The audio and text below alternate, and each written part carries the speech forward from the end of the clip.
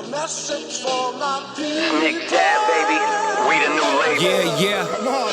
Yeah. Come on, son. Now this the black sheep sticking its home. I need a crib like I'm Gatsby. I need it. In hand, just understand my Pockets that deep. with nothing to prove. I ain't got nothing to do. When they can't compete and I got nothing to lose. You see, they told me I'm the one that's gonna benefit. Never been a threat. Back like we never left because we haven't left. That's true. We're here, baby. I turned the hat backwards to see if I like the way it looks. Different look? Somewhat. Fuck that. Somewhat of a different look. Here, I have a sticker. Same fits. It's a sticker, so I can take that off. Oh, wow. You're a new person. Wait now. a second. It's a new day. It's a new day. Yes, it is. Veterans Minimum, the #1 sports betting vibe on the internet. I'm your delightful host, Nick Deus. And Nick Deus 10 is where you can find me. Let's get right into it, man. Dive into If it. people listened to the episode last week, they see that we're wearing the same stuff, which means our guy is on the other line right now. IMPY is back. We are here. I mean- Let's go. What's up, everybody? I just met my new best friend George. So, Nick, sorry, we're gonna have to, take our friendship down a notch because. You know what? It's like MySpace. Remember Top 8?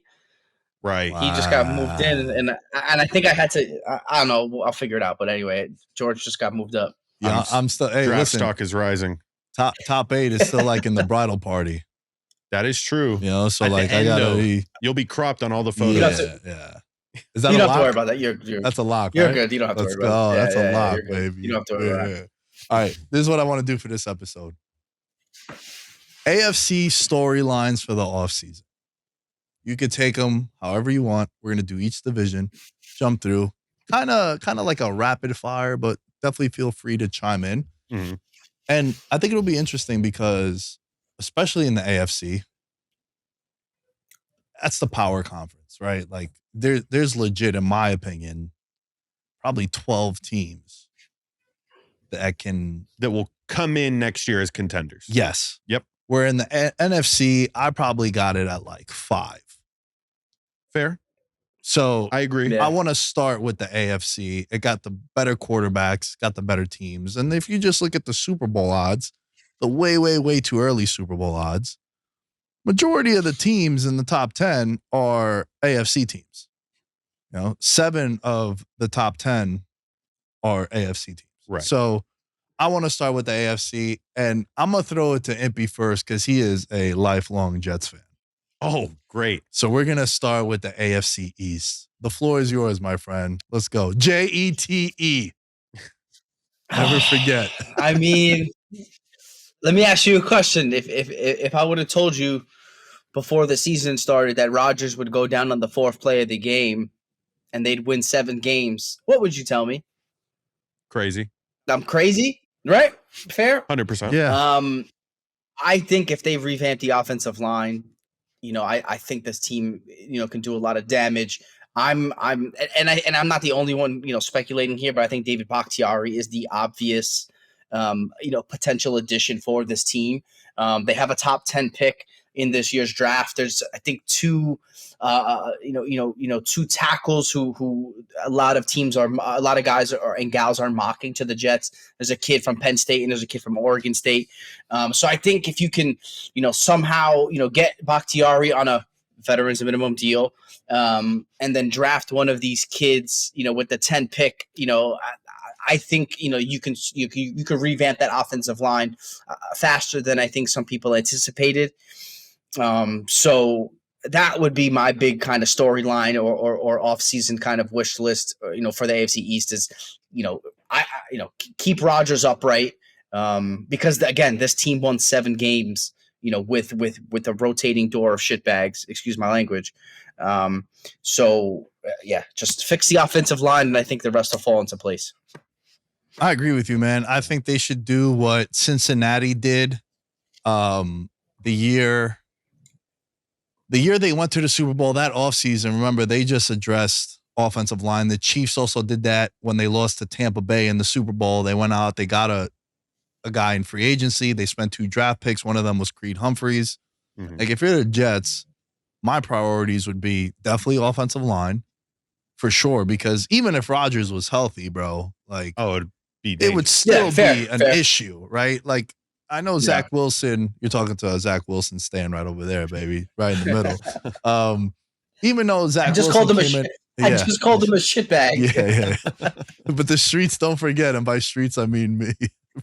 All the years you were telling me about him. But no, on a serious note, man, you look at the list of unrestricted free agents that they have. There's no one really that's like important. You could go away with most of these guys. Like, I think Jordan Whitehead would be interesting to bring back, but like outside of that, it's like Billy Turner and Solomon Thomas. Carl Lawson from day one was just a nightmare start. He blows out his Achilles before he even plays a game for the Jets. And I think you do what Imp said, man. And look, that was my storyline too. It's Aaron Rodgers. Like, it just has to be. I think Aaron Rodgers, we were kind of talking about it too. I don't know if we'll put up the numbers for it, but like there could be some y'all must have forgot 100% heading into this year too. So I think they do what the Bengals and the Chiefs did. You go into this offseason, you're like, yo, we're going to get us 3 new offensive linemen. Mm-hmm. Hell, let's get 5 new offensive linemen if we need to. Mm-hmm. And then maybe you could find a gem in free agency at like wide receiver. Get like a Tyler Boyd. I think Tyler Boyd would be dope in like this offense. For sure. Because you have a Garrett Wilson, have a guy like underneath. Because like, look, Randall Cobb, Alan Lazard. I was going to say, are you losing Cobb? Yeah, he's an unrestricted guy. He was on a 1-year deal. I think also the Jets. It was the Rodgers. Yeah, I think also the Jets, bro, they got to be like, hey, man, listen, last year we were so excited that you were here and we gave all your boys these contracts, but like, we're not bringing none of them back. This year, we're not gonna do you no favors. We're gonna do us some favors and go actually get some studs. And I think that, look, their defense, they're not losing anyone significant on the defense. Just and crucial. I think that's the approach. He hit the nail on the head there. Impy's right. You got to just spend it all offensive line. And that was also my storyline too. It's like Rodgers coming back, man. I think there could be some y'all must have forgot potential. 100%. And you know, if anyone it's a tough road though when you think about you're having to go through the Bills twice and the Dolphins twice. Like, yeah, but also here's the thing though. Here's the thing. It's not an easy division. It's not. But also with Rodgers on the team, those teams are saying the same thing about the Jets. True. Right? Like that's when he plays his best. Yes. Yeah. Rodgers plays his best when y'all must have forgot Rodgers. That's the best Rodgers when he has a chip on his shoulder. The year they drafted Jordan Love, that was a back-to-back MVPs. Yeah, or right. Just when it's like y'all must have forgot Rodgers. That's the best Rodgers, and I think this is absolutely shaping up to be that type of a season. Sorry, I cut you guys off. I just had to say that. No, you're right. I echo the same sentiment as you on that one, man. Give us your East. My East is going to be: will the Buffalo Bills match that same level of run game that they finished off the season with last year? So it's a very similar statement into that offensive line and building a group of individuals that can take a lot of the pressure off of Josh Allen doing a majority of the running.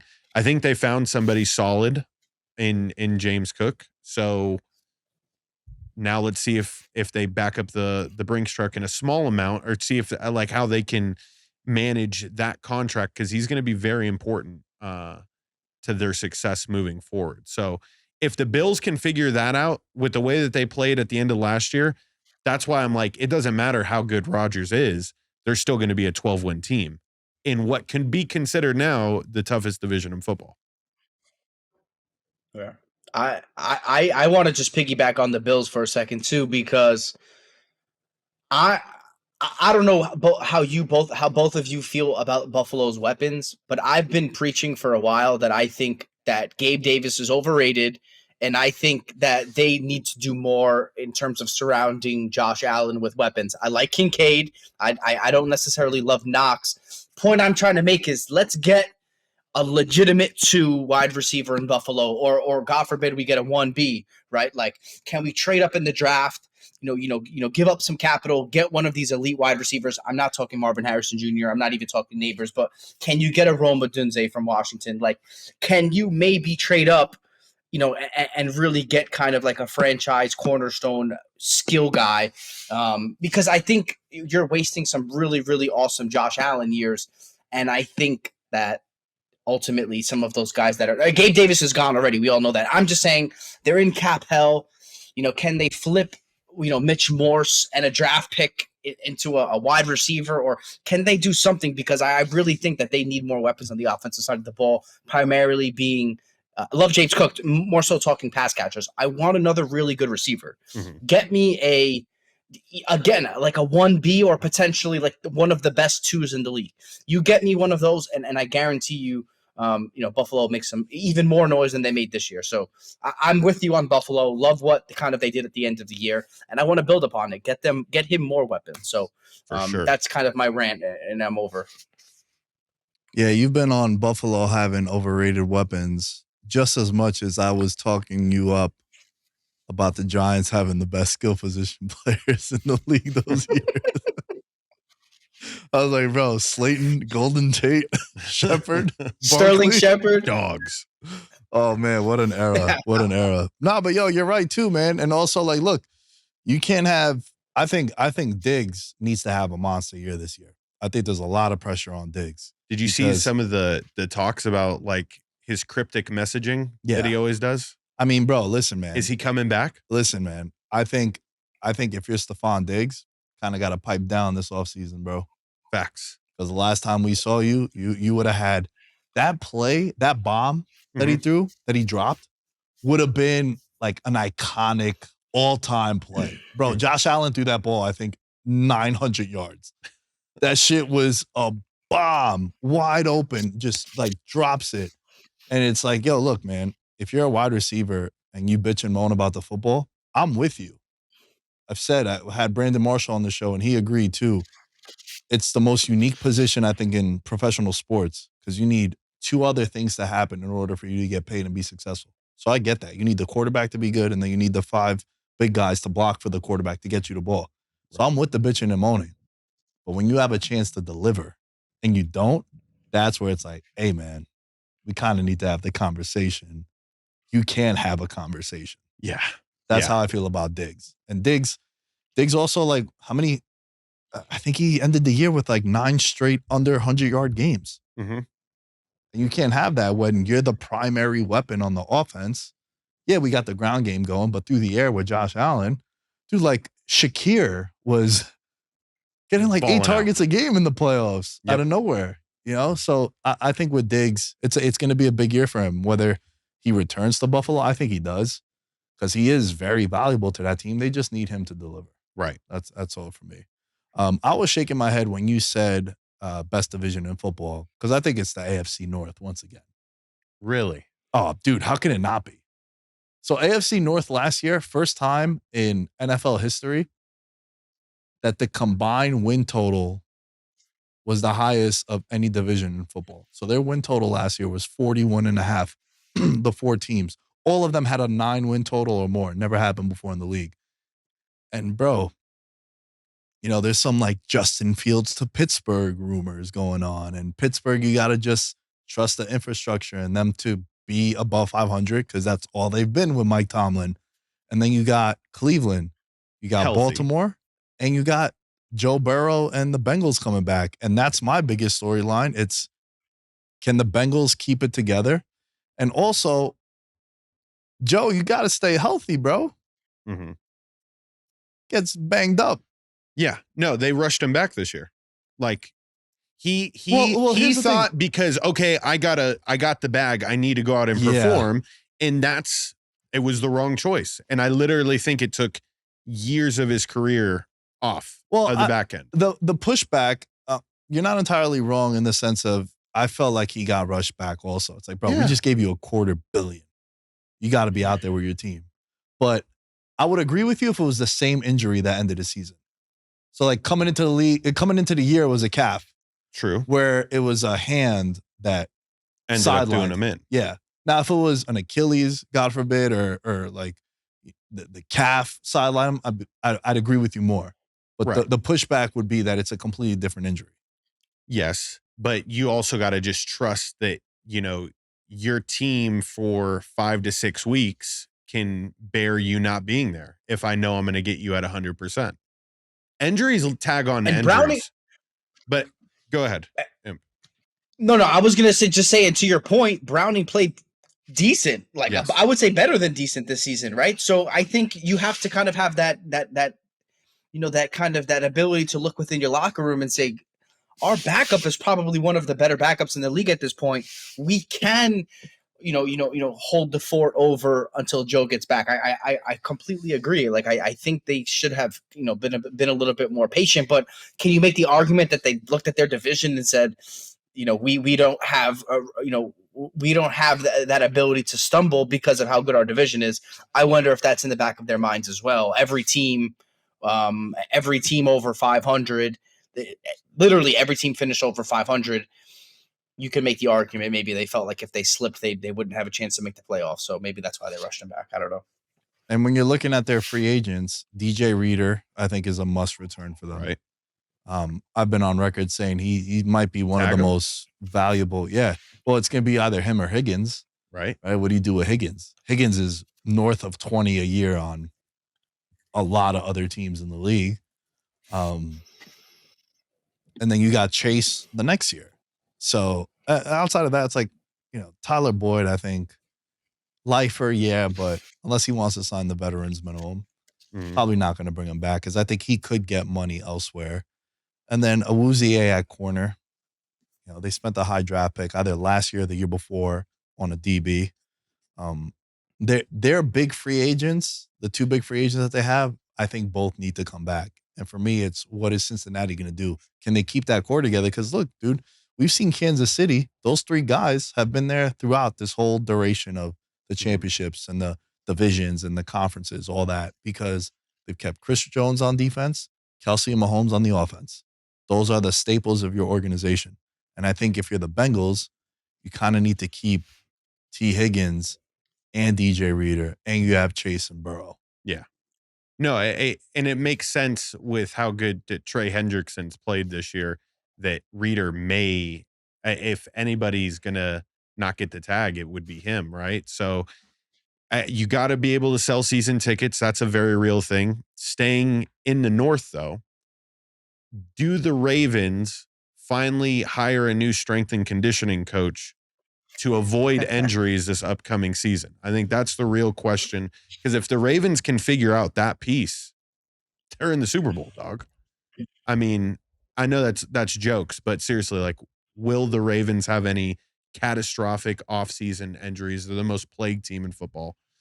So just watch out for that. The big handicap going into this season, if you were pro Bengals, was that in the last 2 years, no team has had more starters miss games than the Ravens. And usually year after year, it's what do they call it? The season from hell, right?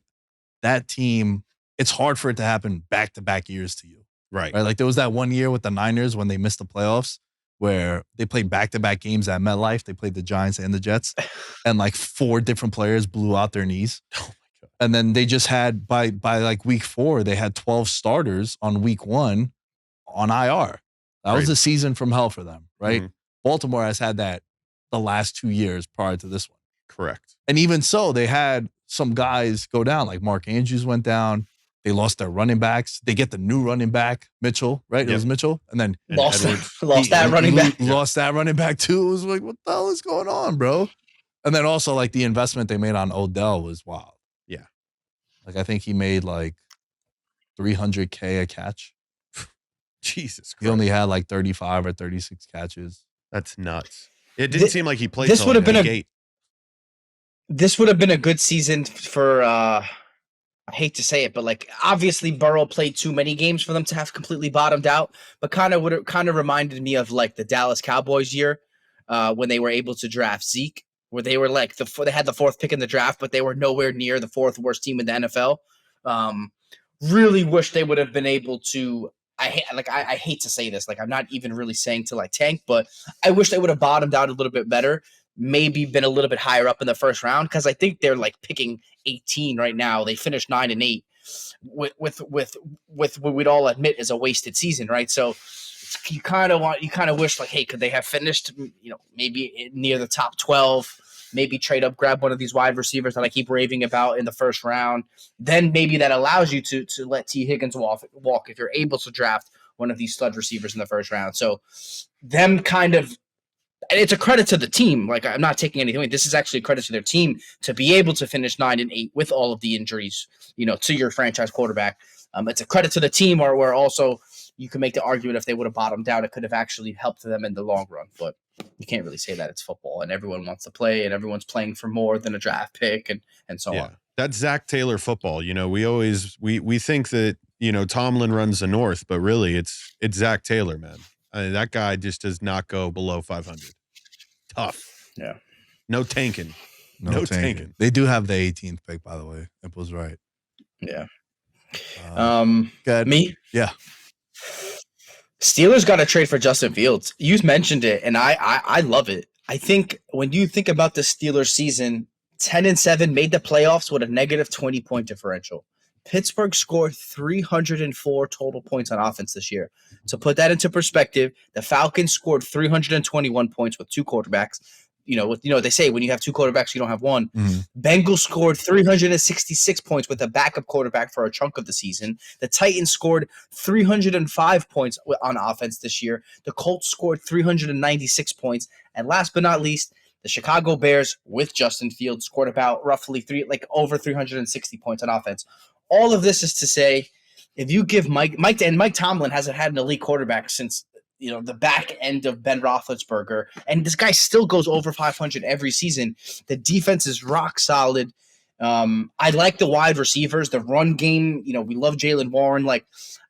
I really think this is the year for the Steelers to make a push, and I think Justin Fields is the guy.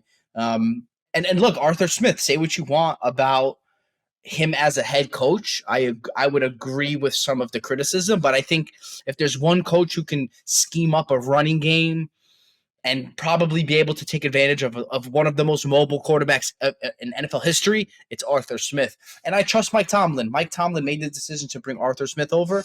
I trust him. So I just think it's Justin Fields to Pittsburgh.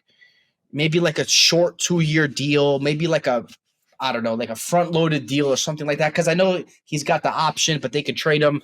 They could get creative. Either way, it's get Justin Fields to Pittsburgh. Yeah, they definitely got to go into the next year with a new quarterback, whether it's through free agency, a trade, or in the draft. If they somehow move up or something, someone lands on their lap. Someone's going to test through the roof at the combine, and then all of a sudden it's like, yo, he's a first-round pick. What the hell? Yeah. He was in the 5th round in so many boards. That always happens. I told you it's going to be Penix. Watch. Penix, your boy. I will say, as far as the points for, Steelers 10-7 scored 304 points. In comparison, the teams that have scored around the same amount of them, like he listed, Titans 6-11, Jets 7-10, Panthers 2-15, Pats 4-13, Giants 6-11. It's wild what they were able to accomplish in Pittsburgh this year with all that went down with them. So much drama. Yeah. I want to go to the South. And my storyline is Jacksonville Jaguars. First of all, I apologize because we did that show together. And I said, how come no one's respecting the Jaguars? I believe they were 8-3 right before they played the Niners. Yeah. And what proceeded to happen was they went 1-6. And then they also lost by like 9 touchdowns to the Niners that week. It's like, oh, that's why no one was respecting them. But on a serious note, what are you gonna do now if you're Jacksonville? You gotta answer a lot of questions because around this time last year, we were saying you're never gonna see them not the favorite in their division. They have the best quarterback in the division. All the other teams don't have a quarterback. Mind you, this is February of last year, right? They're coming off being one of the final 4 teams in the AFC in the playoffs. Now we feel completely different because the Colts got a guy in Anthony Richardson, and I think that they have some abilities in free agency. Talk about a team that overachieved last year, and they lost their quarterback. You get Richardson back. You have some money to spend in free agency. Texans get C.J. Stroud. Holy shit. Titans, okay, complete rebuild. No Derrick Henry, probably no Tannehill. Who knows who's going to be the quarterback there? Definitely no Mike Vrabel because he's gone. So if you're the Jaguars, like, hey, man, we thought everything was going to go through Duval. Yeah. And now we don't feel that way. So I think for me, it's a big, big offseason for Jacksonville to make the right moves. Are they bringing back Calvin Ridley? Is Doug Peterson going to be on the hot seat if they start off shaky? There's a lot. And also Trevor Lawrence too, man. I think Trevor Lawrence is eligible to be extended this offseason. Yeah. Do you feel comfortable giving him 250? I think he is a bigger question mark than people think. And I think that team needed to revolve way more around Travis Etienne last year. I think that he is a premier running back in the league. Very few that can do all three. He's a great running back. He can catch the ball out of the backfield and he picks up a blitz really well. A 3-down back that I think the Jaguars are going to look to use way more this next year. So yeah, I think if anything with the Jags, it's more so a coaching mix-up or like a style change. And is Doug Peterson going to be forthright about that in the offseason and saying, yeah, we have some new packages that we want to run. Maybe it's more of a pro style offense. From what I remember last year, they were a spread it out and struggled to find Calvin Ridley. And it wasn't an offense that ran a zone concept very well out of shotgun. So can they run some maybe outside zones under center? That's what I would expect to see out of the South with the Jaguars. My storyline, though, was something that you had brought up with Anthony Richardson being the Colts quarterback. I don't think it's as a given as people think.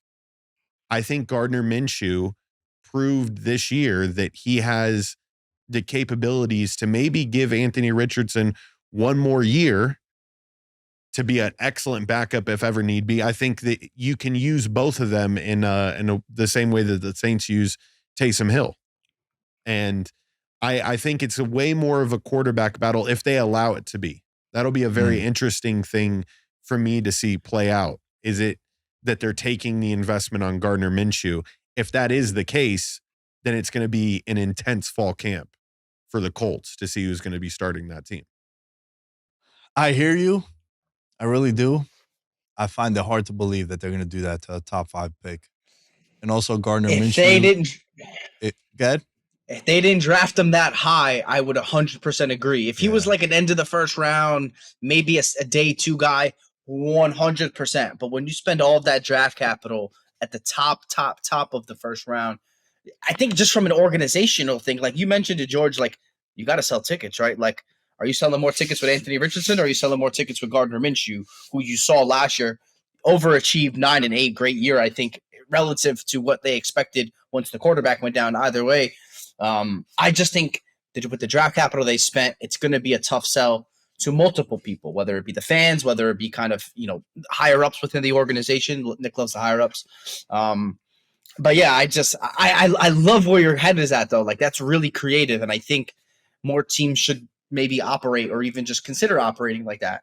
But I just think there's too many politics in football front offices and so on where that just won't be the case. But I really love like where your head's at. That's mad creative and not many people do that.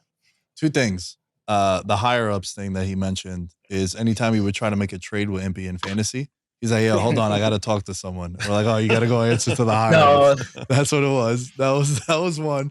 And then 2, Gardner Minshew also, man, he's a free agent.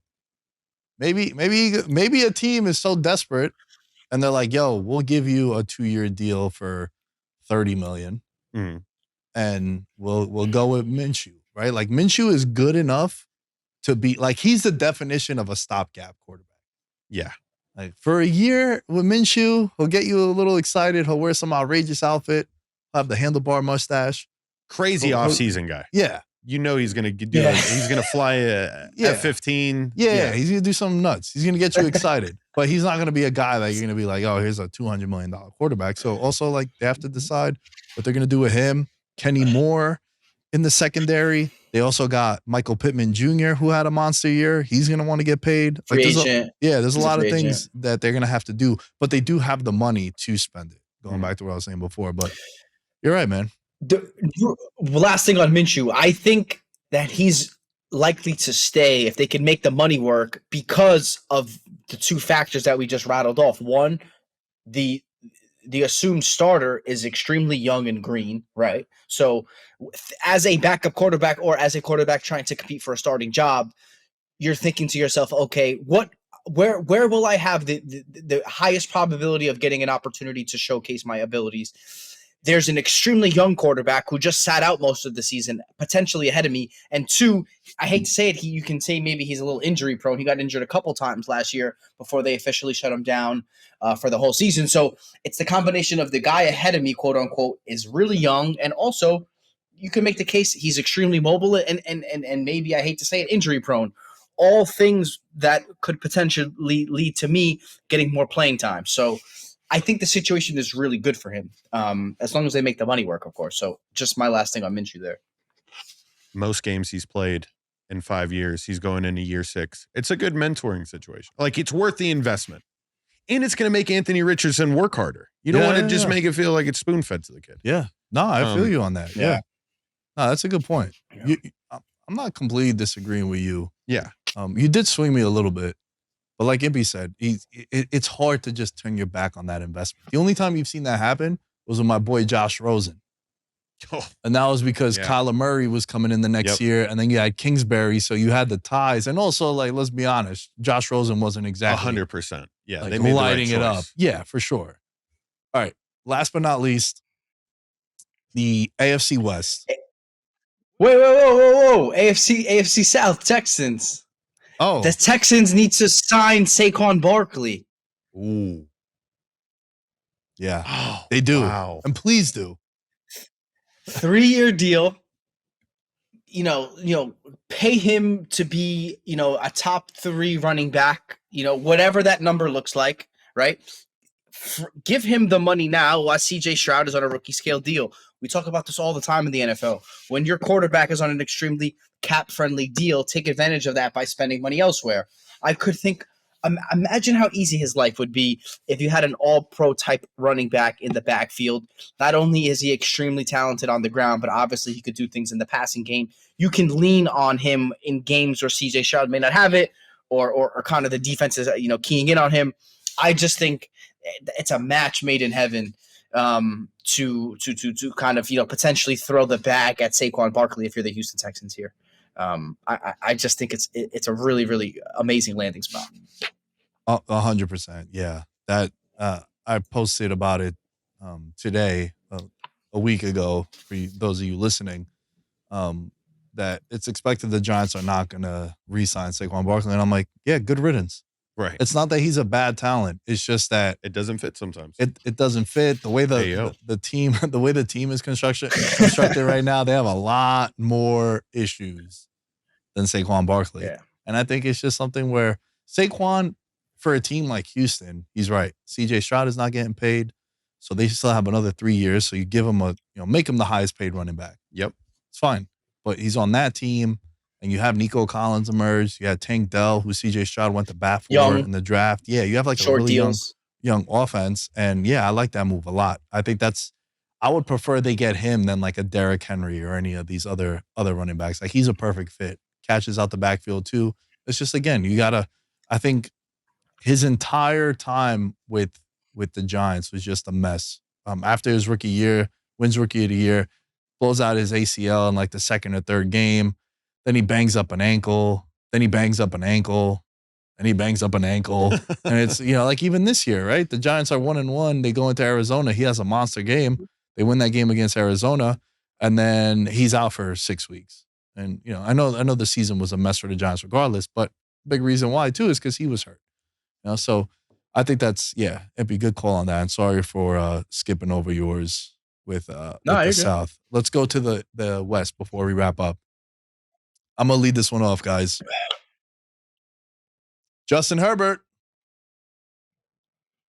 This is the last dance. This is the last chance you have. This is it. It has to be. You got Jim Harbaugh now. Now there's no longer it's the coach's fault. You've been gift wrapped in your career with having an incompetent head coach, especially on offense. Now you have Jim Harbaugh, who made Alex Smith relevant, got him a second contract with Kansas City. Kaepernick became a thing. You're the one that gave Kaepernick a chance, and you don't get the props you deserve, Kaepernick and Harbaugh, for kind of changing how the NFL is played now too. Yep. Like, even though you had Cam Newton and shit, but like Cap was the first one where it was like, oh, this RPO shit is wicked. Yep. Let's do it, right? And you have the guy that everywhere he goes, bro, immediately year one, 12 wins, 11 wins. This is college. This is with the Niners. So the expectations are really high. And again, it's going to be the same old Chargers until you prove us wrong. And Justin Herbert, at one point this year, I made the case for saying, hey, man, he's having an MVP year, but they're 2-4. Yep. But he was, he had 18 touchdowns, 6 interceptions. Ends the year with 20 touchdowns, 7 interceptions. But I started calling him Jay Cutler 2.0. Yeah. Getting everything guy's batted out. 6'6" and gets more balls tipped at the line of scrimmage than Kyler Murray does, and Russell Wilson ever did, and Drew Brees. Yep. It was just crazy shit. So I think the storyline is it's Justin Herbert, because now the excuses are done, man. And you got paid last offseason, and the quarterback is always going to be the last guy to fall from like the chain of command. Yep. Right, because he's the guy that's on the field. There's a new GM in there. There's a new head coach. There's going to be a new offense ran, new schemes. That's it, bro. It's all on you now. Has to be. Well, who's the quarterback that they're going to come and bring in to bring Justin Herbert up to his full potential? Your boy Gardner Minshew, maybe? That would be interesting. But I was thinking, like, if I was to keep it true to like what Jim Harbaugh really likes, JJ McCarthy. They find a way to get him in the draft. JJ McCarthy stays with Harbaugh. It's my least favorite fucking name to say. Harbaugh. Jim Harbaugh. Harbaugh. But yeah, no, who are they going to bring in to challenge Justin Herbert? Because if not, then all Justin has is Nick, putting the pressure on him. Yeah. That's not enough. Should be, though. It's not. They're saying JJ McCarthy is going to be a top 10 pick this year. He's flying. One right now in in these mock drafts and look, a lot of this is smoke. But when someone is being mocked to Atlanta at 8, I cannot envision a scenario where the Chargers spend that type of draft capital on a quarterback. Like, maybe there's a scenario where, like, if it doesn't work out for Herbert for a couple years in Harbaugh, maybe there's some type of a trade, but I doubt that. I love where your head's at, though, with the McCarthy and Harbaugh kind of connection. But keep it together. JJ's flying up these draft boards. I saw him going 8th to Atlanta in a mock. And again, these mocks are not set in stone. But again, if someone's being mocked 8th, they're going to be a first-round pick most likely. So I just can't see them spending that draft capital on a quarterback. So it just I like it, though. Fair point. No, I mean, I just wanted to back that off of an extra storyline to add on to your storyline. What do you got? I got, do the Kansas City Chiefs franchise tag Chris Jones or L'Jarius Sneed? Who is more important on that defense?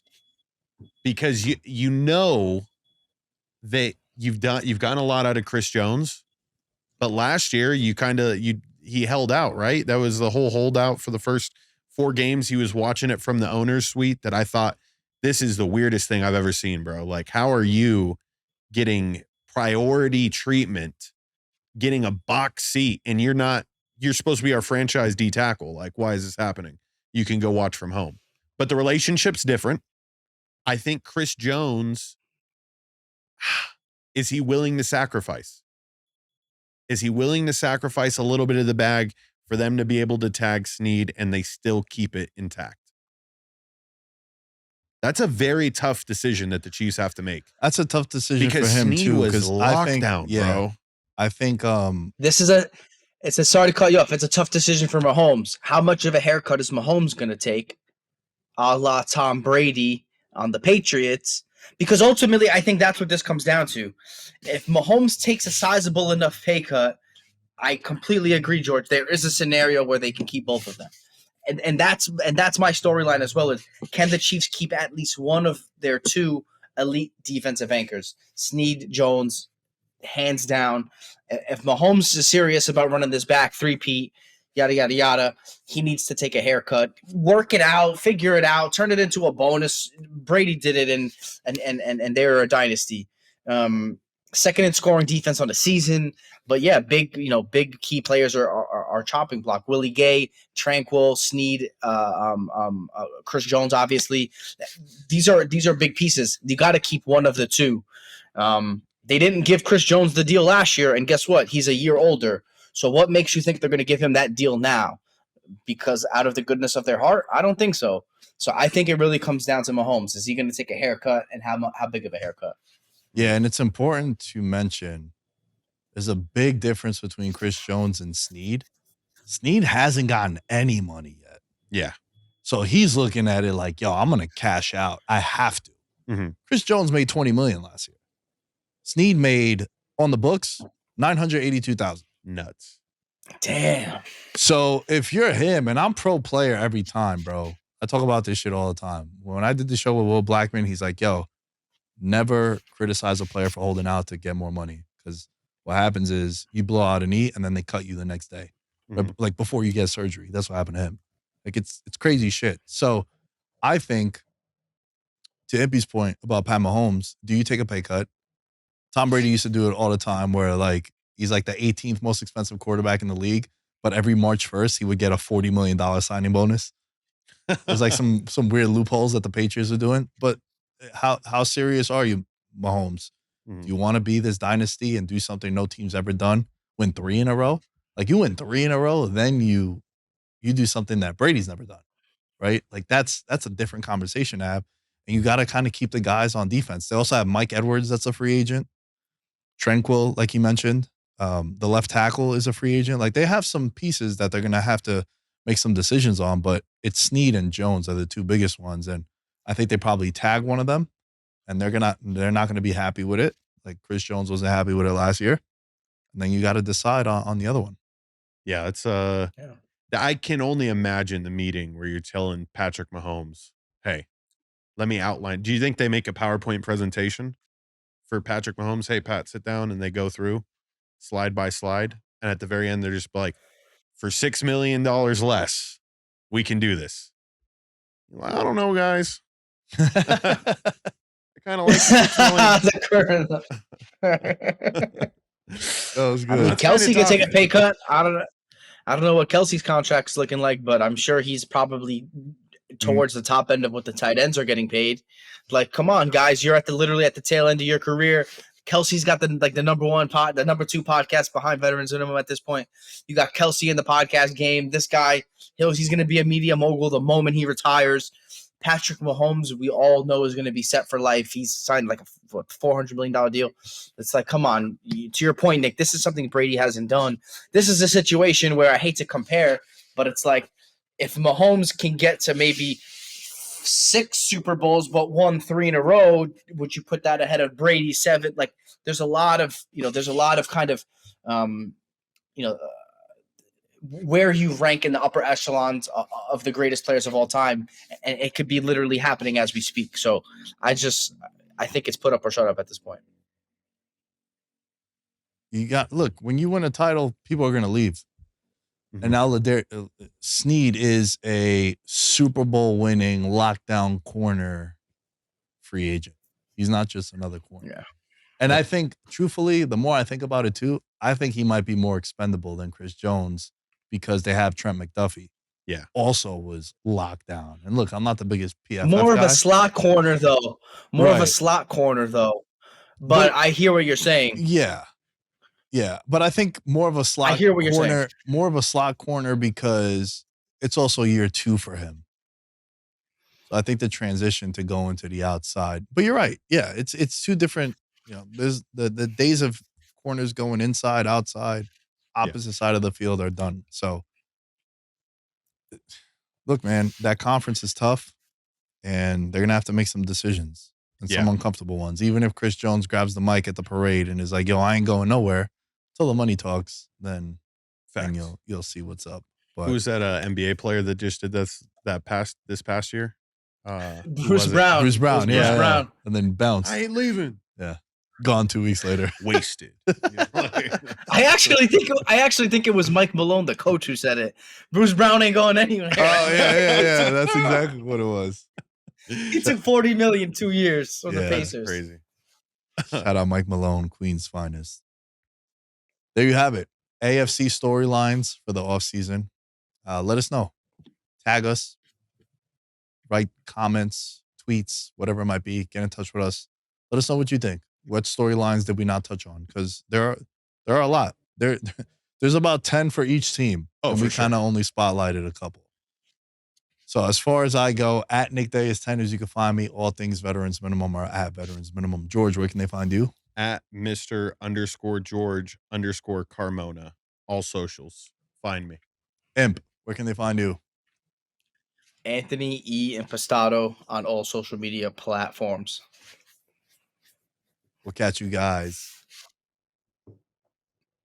In his element, I'm a gold medalist, bronze like your medal is. So many deer in headlights, but it's bedtime. Hear that supper bell, main course, be the venison. Dab. Most dangerous game. Either kill or be killed.